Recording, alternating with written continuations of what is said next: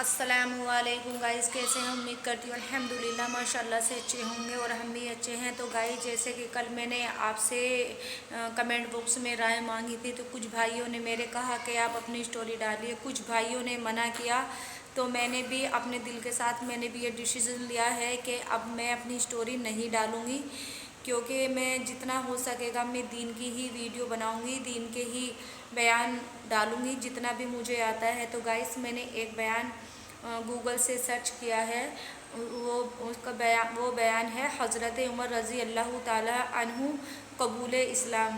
تو گائز، آپ یہ بیان پورا سنیں، ضرور دیکھیں، اور میں صحیح پڑھا ہے، صحیح طریقے سے مجھے اس چیز کی نالج ہے، تو آپ کمنٹ باکس میں اپنی رائے بتائیں۔ تو آپ غور سے سنیے۔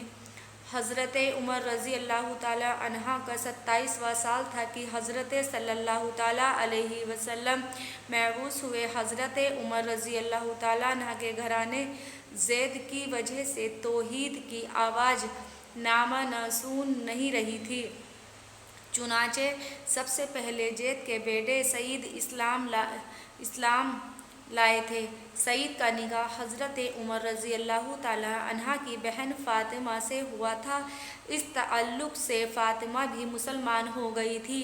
اسی خاندان میں ایک اور معزز شخص نعیم بن عبداللہ نے بھی اسلام قبول کر لیا تھا، لیکن حضرت عمر رضی اللہ تعالیٰ ابھی تک اسلام سے بیگانہ تھے۔ ان کے کانوں میں جب یہ صدا پہنچی تو سخت بحران ہوئے، یہاں تک کہ قبیلہ میں جو لوگ اسلام لا چکے تھے ان کے دشمن بن گئے۔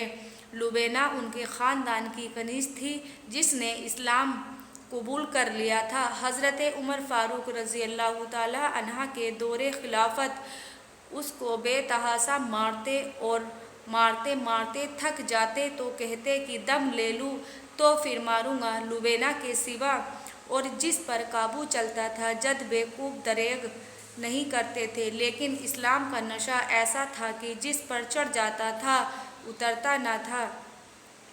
ان تمام سختیوں پر ایک شخص کو بھی بد دل نہ کرے۔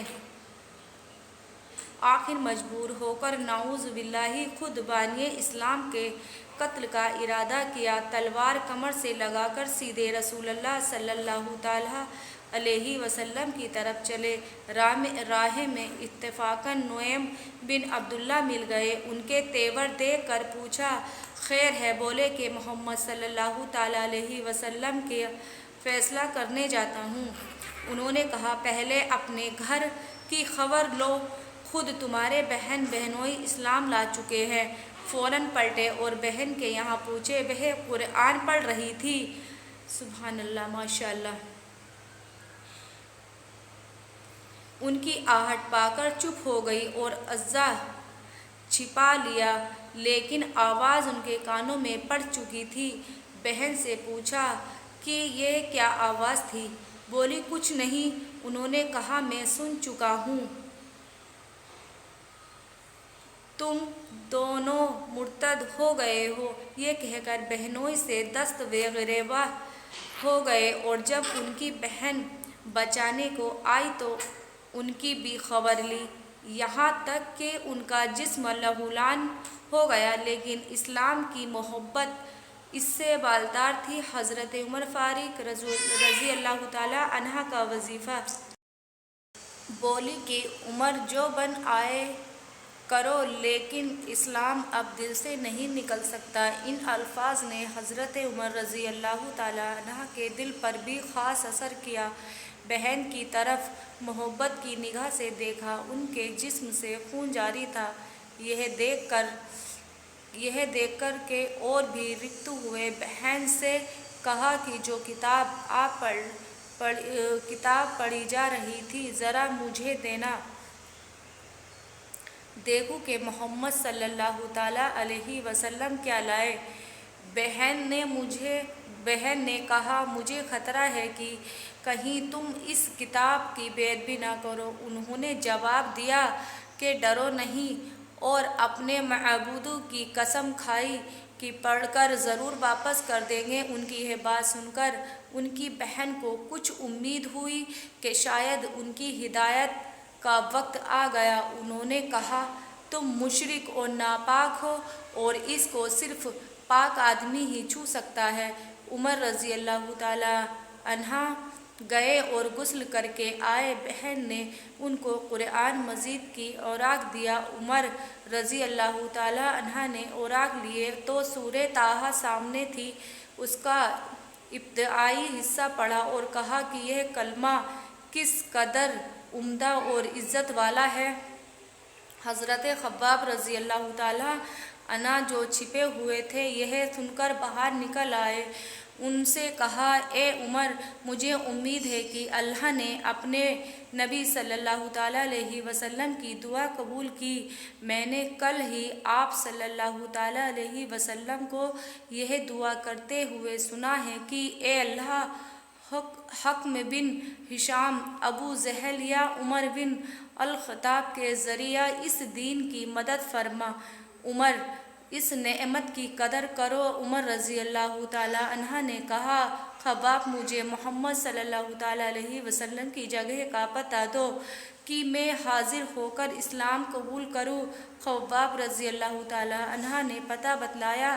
یہ وہ زمانہ تھا کہ رسول اللہ صلی اللہ تعالیٰ علیہ وسلم خباب رضی اللہ تعالیٰ عنہ نے پتہ بتلایا۔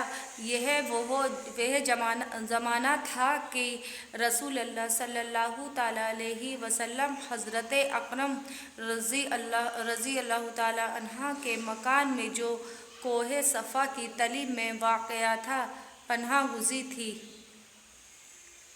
حضرت عمر رضی اللہ تعالیٰ عنہ نے آستانہ مبارک پر پہنچ کر دستک دی۔ چونکہ شمشیر وقف تھے، صحابہ رضی اللہ تعالیٰ عنہ کو تردد ہوا، لیکن حضرت امیر حمزہ رضی اللہ تعالیٰ عنہ نے کہا آنے دو، وہ مغل سانہ آیا ہے تو بہتر، ورنہ اسی کی تلوار سے اس کا سر قلم کر دوں گا۔ حضرت عمر رضی اللہ تعالیٰ اندر قدم رکھا تو رسول اللہ صلی اللہ تعالیٰ علیہ وسلم خود آگے بڑھے اور ان کا دامن پکڑ کے فرمایا کیوں عمر، کس ارادے سے آیا ہے؟ نبوت کی پرجلال آواز نے ان کو کپا دیا۔